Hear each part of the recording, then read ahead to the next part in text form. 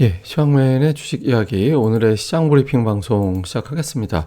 오늘은 지수가 이제 제법 올라갔는데 테슬라가 올라가면서 시장에 좀 의미를 좀 부여했습니다. 그러니까 테슬라라는 종목이 밸류에이션이라든가 이런 거 따져보면 그 지금 주가가 설명이 안 되잖아요. 시가총액이 1조 달러, 우리나라 이제 코스피 이제 시총이 2천억 달러, 2천조 원 정도 되는데 테슬라 한 종목이 우리나라 시가총액 절반이 넘거든요. 근데 어쨌든 테슬라가 올라가면서 이런 성장주에도 계속해서 자금이 투입이 되고 그게 지수를 최고치까지 끌어올리는구나. 이렇게 되면 성장주에 대한 관심이 높다라면 지금 조심스러운 장은 아니지. 이렇게 이제 투자들이 판단을 하게 되죠. 그래서 이 부분이 이제 투자 심리를 좀 올려주는 그런 역할을 했고, 그 다음에 이제 하이닉스를 비롯해서 오늘 현대차 실적도 나오고 했는데, 하이닉스라든가 현대차 같은 경우는 반도체를 비롯해서 이제 그 공급망 문제, 여기에 어느 정도 좀 영향을 받는다라고 분석이 되는 기업들이잖아요. 근데 현대차가 상대적으로 좀 선전을 했고,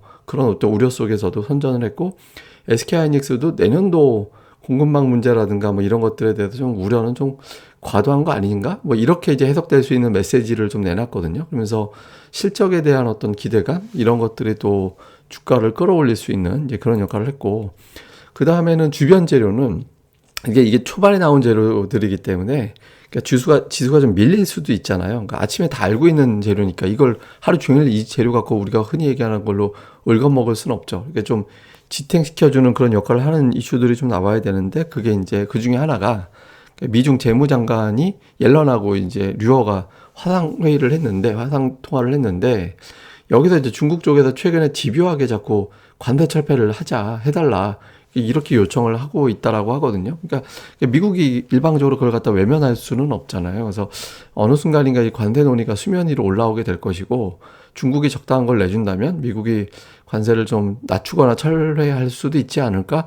그러니까 이런 기대감이 또 부각이 되죠. 이거 제가 한번 방송에서 말씀드렸듯이 미중 무역 갈등 국면에서 우리가 제일 피해를 본 그런 국가이기 때문에 미중 간의 관계 개선, 이 재료는 또 우리 시장에 또 영향을 줄 수 있는 사안이죠. 그러니까 요 부분들. 그러면서 시장이 전반적으로 올라갔고, 그 다음에 이제 또 오늘 달러 인덱스가 좀 올랐기 때문에 원달러 환율이 좀 올라갈 수도 있겠다 싶었는데, 또 빠졌어요.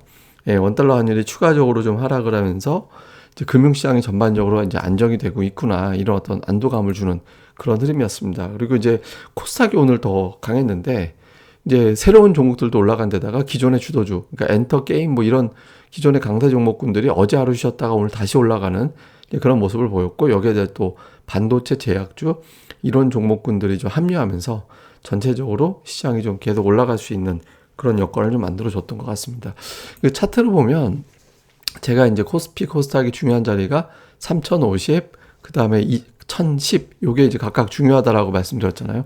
3050은 3200에서부터 빠지기 시작해서 2900까지 300포인트 빠졌고, 그 낙폭의 딱 절반, 그게 150포인트 저점 올라오면 3050이라는 자리가 나오고, 또 이제 이게 241선이 위치하고 있는 선이 또 이제 3050이기 때문에 그 선이 중요한데 오늘 공교롭게도 또 거기서 끝났어요. 예, 그러니까 이게 이제 박스권을 돌파할 자신감이 아직까지는 확실하다 이렇게 보기는 좀 조심스럽긴 하죠. 그래서 이제 외국인들의 매수가 여기서 확 불어나서 돌파를 시킬지, 여기서 다시 외국인들이 매도로 바뀌면서 끝을 낼지 반등을, 그러니까 요게 되게 중요한 기로점. 그러니까 이번 주 이제 수목이 굉장히 중요한 어떤 이제 위치가 돼버렸고요. 코스닥도 제가 1012, 1000은 별거 아니고 1010이 대단히 중요한 위치다. 그러니까 이제 그 선이 121선이거든요. 그러니까 보시면 121선에서 깨면 확 올라가고 깨면 확 올라가고 했던 위치인데 이번에 좀 힘없이 깨져버렸잖아요. 예, 그러니까 역으로 이제 또 이 선이 저항으로 작용할 수도 있는 상황이 되거든요. 그래서 일단 바로 돌려놓은 거, 그러니까 121선 근처까지 올라온 건 좋은데 이제 그 선에서 딱 마감이 됐죠. 그러니까 이제 이게 내일장에서 또 이제 목요일장에서 각각 3050을 너끈하게 넘기고 코스닥은 1010 이상으로 너끈하게 넘겨서 1020을 이상 올라가는 그런 흐름이 나온다면 이게 추세가 좀 바뀌나 보다. 그러니까 이렇게 또 기대할 수도 있는 거고, 반대로 이제 여기서 맞고 떨어지면 또 이제 미국 FOMC 때까지는 또 여기서 또 뱅뱅 돌아야 되는 그런 상황이 생기겠죠. 그래서 수요일하고 목요일에 이 선을 두고 이제 공방이 상당히 중요해졌다 이렇게 보겠습니다. 그 다음에 이제 수급에서는 외국인들이 오늘 매수하긴 했지만 1000억 정도이기 때문에 외국인들은 좀 조심스럽게 아직까지는 접근을 하고 있고, 기관의 매수가 역할을 많이 하고 있거든요. 그러니까 기관 투자들 같은 경우는 지금 10일 중에서 8일이 매수 들어오고 있어요. 근데 제가 뭐 일요일부터 말씀드린 게 금융 투자가 연속적으로 매수하기가 쉽지 않다. 이게 또 매도로 이제 바뀔 수도 있는 그런 구간으로 왔기 때문에 그러니까 외국인들이 매수를 붙여주지 않으면 좀 고전할 수도 있다. 그래서 이제 그 외국인들의 수급 동향 계속 말씀드리고 있잖아요. 근데 외국인들이 아직까지는 좀 조심스럽게 좀 화끈하게 매수하기보다는 좀 살살 매수 들어오는 그런 형태를 보이고 있고요. 반면에 이제 코스닥은 한 닷새 매도하더니 이제는 다시 적극적으로 담으면서 코스닥 쪽에 종목 장세를 좀 강하게 주도하는 그런 역할을 좀 하고 있습니다. 그다음에 이제 업종으로 보면 외국인들이 의약품, 서비스를 제일 많이 샀고요. 의약품과 서비스, 그 다음에 이제 전기전자와 금융주를 담았습니다. 그래서 의약품과 서비스 업종 같은 경우는 뭐 의약품 뭘 미증시에서 이제 모더나가 또 강세 보이면서 이제 올라가는 그런 게 좀 있었잖아요. 그리고 이제 서비스 업종은 엔터 게임주가 여기에 들어가 있으니까 뭐 그런 종목들을 좀 매수한 걸로 보여지고, 그러니까 전기전자 매수했는데 특히 이제 외국인들이 매수하는 거 이상으로 기관들이 매수를 땡기면서 하이닉스, 삼성전자 이런 종목군들이 오늘 LG 디스플레이까지 그러니까 지수를 끌고 올라가는데 역할을 좀 했거든요. 근데 이제 이게 지금 금융투자 쪽을 빼고 나도 투신하고 연기금이 좀 붙여주긴 했는데 이게 이제 이후에도 계속 매수가 유지돼야 되거든요. 그래서 외국인들이 좀 계속해서 붙어줄지 여부. 그러니까 다른 업종은 업종대로 중요하지만 전기전자 업종은 시황상 대단히 중요하기 때문에 이제 계속해서 매수를 해줄 거냐. 그러니까 이런 부분들을 좀 중점적으로 좀 봐야 될 것 같습니다. 자, 그래서 이제 제가 오늘 다시 하이닉스 이야기를 좀 꺼내려고 하는데 제가 하이닉스를 2번 정도 말씀을 드렸을 거예요. 그래서 한번 제가 최저점 부근 요 자리 9만 원 전후일 때 제가 PBR 이제 과거 저평가로 분류가 되던 위치까지 왔기 때문에 이 구간에서는 매수가 들어올 수 있다. 그 말씀을 드렸었잖아요. 그러니까 공교롭게도 이제 그날이 딱 저점이 되면서 이제 올라왔죠. 근데 지금 차트로 봐도 좀 아슬아슬해 보이죠. 예, 지금 61선까지 올라왔잖아요.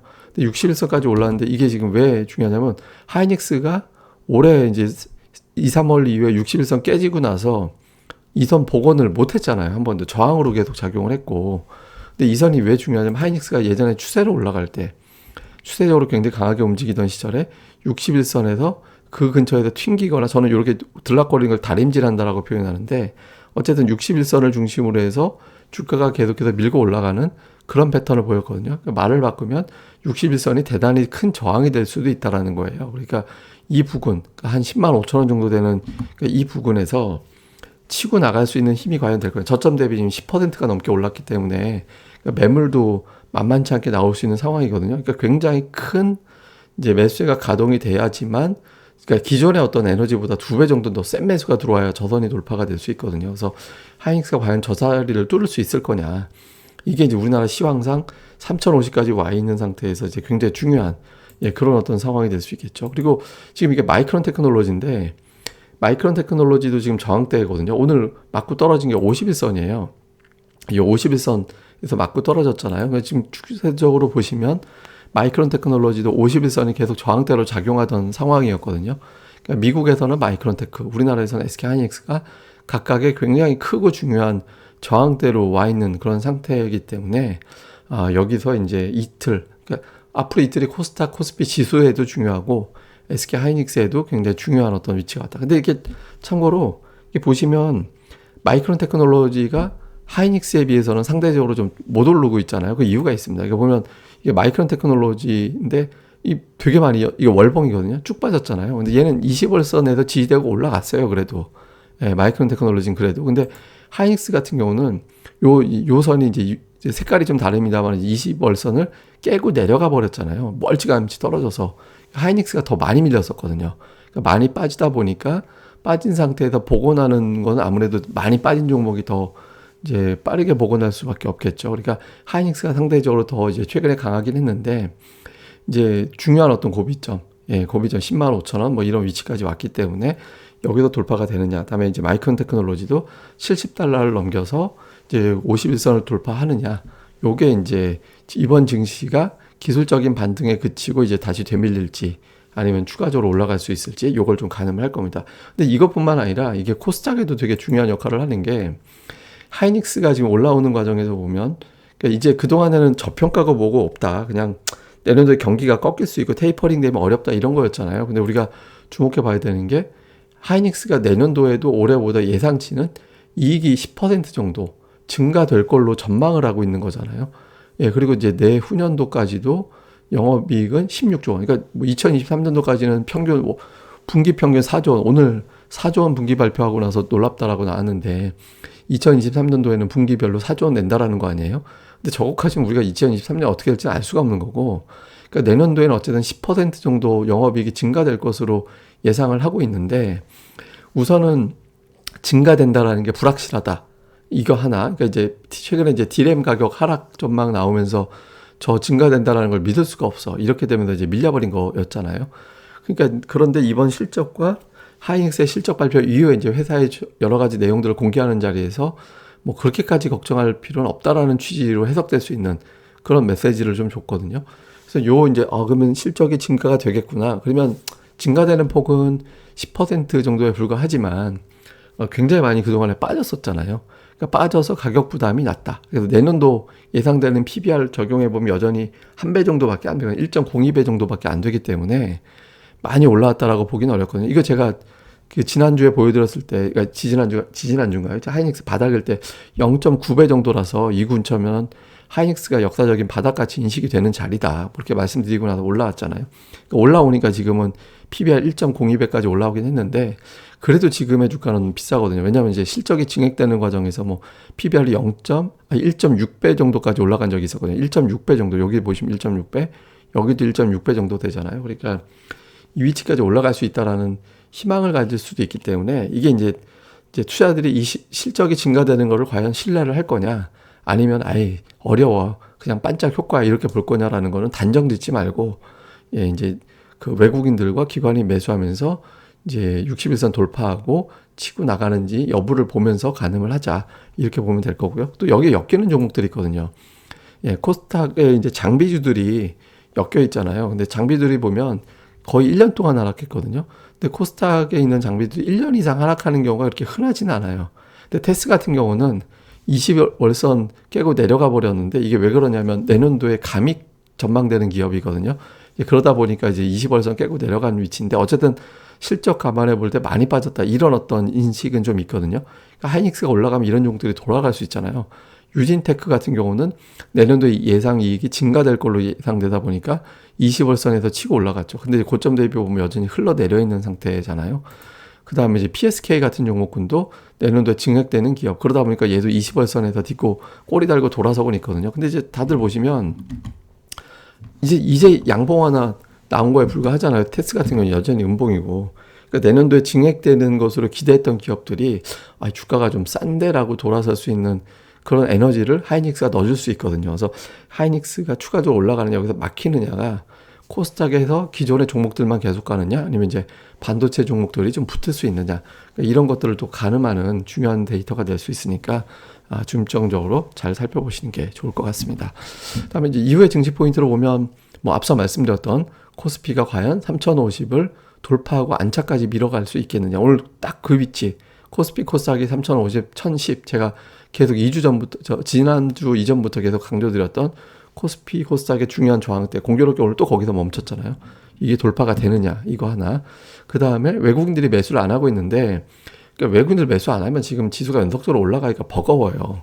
예, 수급상 제가 계속 말씀드리지만 그 금융투자가 화수분을 가지고 있는 게 아니기 때문에 어렵거든요. 그래서 이제 환율이 하락한 게 확인이 된 상태인데, 여기서 외국인들이 과연 붙어줄 거냐. 외국인들이 여기서 내일장이라도 한 2천억 원 이상 붙어주면 시장이 조금 더 상승하는 속도가 빨라질 수 있거든요. 반면에 외국인들이 여기서 계속 멈칫해버리면 기관 매도와 함께 3050이 또 고점이 되는 그런 상황을 맞이할 수도 있거든요. 그래서 이 부분이 중요하고요.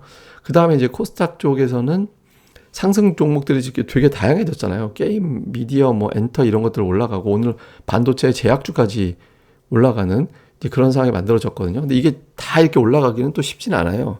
여기다 이제 다시 좀 압축될 거라고 보거든요. 압축되는 과정에서 과연 어느 쪽으로 자금이 집중될 거냐, 한 2개 정도, 3개 정도로 줄어들 텐데, 그랬을 때 과연 어느 쪽이 대장주가 될 거냐. 그러니까 대장주 쪽에 비중을 실을 수밖에 없기 때문에 그 부분이 이제 되게 중요합니다. 그 다음에 마지막으로는, 그럼 과연 여기서 코스닥 중소형주 같은 경우는 가격 부담이 있냐? 아직까지는 아닌 것 같거든요. 제가 왜 그러냐면, 제가 이제 ADR을 가끔가다 한 번씩 설명드리잖아요. 지난번에도 이 정도 되면 과매도까지 왔기 때문에 보통 과매도 오면 2주 정도 이내에 이제 밀리더라도 2주 이내에 다시 복원하는 그 이상 올라가는 특성이 있다. 그러니까 제가 이제 그 말씀을 드렸잖아요. 지난번에. 물론 이제 그 이후에 더 빠지긴 했지만 지금 와서 보면 제가 ADR 과매도라고 말씀드렸을 때 위치가 여기였거든요. 그 위에 또 며칠 더 빠졌죠. 근데 지금 와서 보면 다 복원됐잖아요. 그럼 여기서 더 올라갈 수 있겠느냐? 그러니까 과매수라고 하는 데는 120까지거든요. 근데 지금 ADR 상으로는 아직까지는 과매수라고 할 수 있는 신호까지는 아닙니다. 그러니까 종목 장세는 조금 더 나타날 수 있다라고 볼 수 있기 때문에 뭐 굳이 뭐 너무 이게 종목 장세에 대해서 위축받기보다는 어떤 종목들이 좀 수급이 집중되는지 여전히 이 종목 발굴에 더 집중할 때다 현실적으로 보면 그 부분을 더 신경 쓰시는 게 중요할 것 같습니다. 어쨌든 이 지금이 이렇게 강세장은 아니에요. 그렇다고. 강세장으로 하게 된 주포와 주도주가 아직은 약하거든요. 그래서 지금 뭐 강세장이라고 이렇게 단정하기보다는 종목 장세가 세게 나타나고 있는 구간, 그리고 이제 강세장으로 갈지 다시 밀릴지는 이후에 외국인들 보면서 판단하자, 이렇게 보는 게 현실적이거든요. 그래서 여기에 이제 맞는 종목 전략을 잘 세우셨으면 좋겠습니다. 예, 그럼 또 오늘 하루 잘 보내시고요. 저는 또 다음 방송에서 뵙겠습니다. 그리고 구독하기 좀 많이 좀, 좀 꼭 좀 반드시 좀 부탁을 드리겠습니다. 감사합니다.